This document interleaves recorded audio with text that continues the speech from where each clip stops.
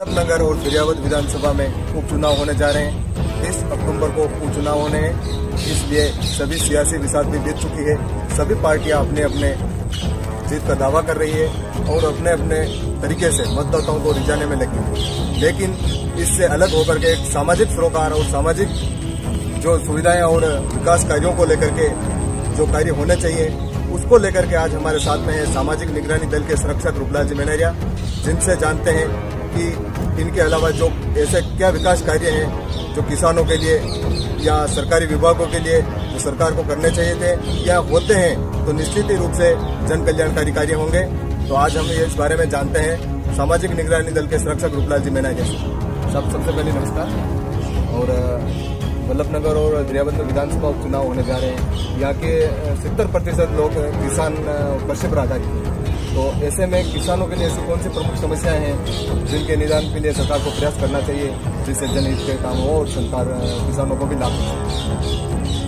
देखो साहब, जहाँ तक किसानों के जुड़ी हुई जो समस्याएं हैं, आज की तारीख में अपने के जो मक्के की फसल है, ये लगभग ये रोग लगने से खराब हो गई। सोयाबीन भी खराब हो गया। इस बारे में हमारा निगरानी दल अवगत करा रहा है कि आज की तारीख में किसान मक्के की फसल को 800, 1000 और 1300 रुपये में बेच रहा है। तो सरकार ने मक्के की फसल की क्या कीमत तय की है और खरीद के केंद्र कहाँ हैं जहाँ किसान अपना वाजिब मूल्य पे फसल दे सके।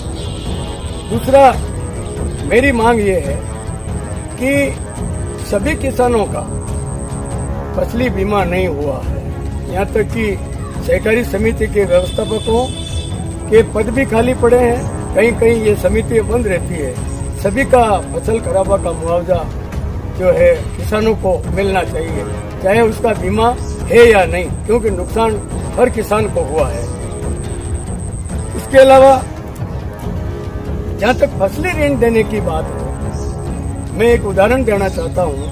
यूँ कह रहे हैं कि हम हर किसानों को फसली ऋण दे रहे हैं। इसमें आज मैं भटेवर ग्राम सेवा सहकारी समिति का स्वयं सदस्य हूँ। मुझे अवधि पार ऋण माफ हुआ, वापस लोन नहीं मिला। मैंने राशन संपर्क में ये शिकायत दर्ज कराई तो सहकारी विभाग ने जवाब दिया कि अवधि पार ऋण माफ हुआ, पोर्टेबल एक्सेप्ट नहीं कर रहा। तो मेरा कहना ये है कि वल्लभनगर विधानसभा, फिरियावद विधानसभा ही नहीं, पूरे जिले में फसली ऋण 50% से ज्यादा किसानों का अवधि पार ऋण माफ हुआ है। उन सारे किसानों को समय पर फसली ऋण मिले। अब आपको ज्ञात हो तो अभी जयपुर में डीएपी खाद की कमी आ गई है, तो सरकार इसको सुनिश्चित करे। जहाँ तक कर्ज माफी का मामला है, मैं ये बताना चाहूंगा कि पीएलडीबी उदयपुर में वर्ष 3-4 में 1.25 करोड़ का अकाल के समय में चारा लोन हुआ। इसी प्रकार वर्ष 9 से 14 के बीच में पीएलडी में 22 करोड़ का ऋण अनुत्पादक बांटा गया, जिसकी स्टाफ द्वारा सीएम साहब को शिकायत की गई।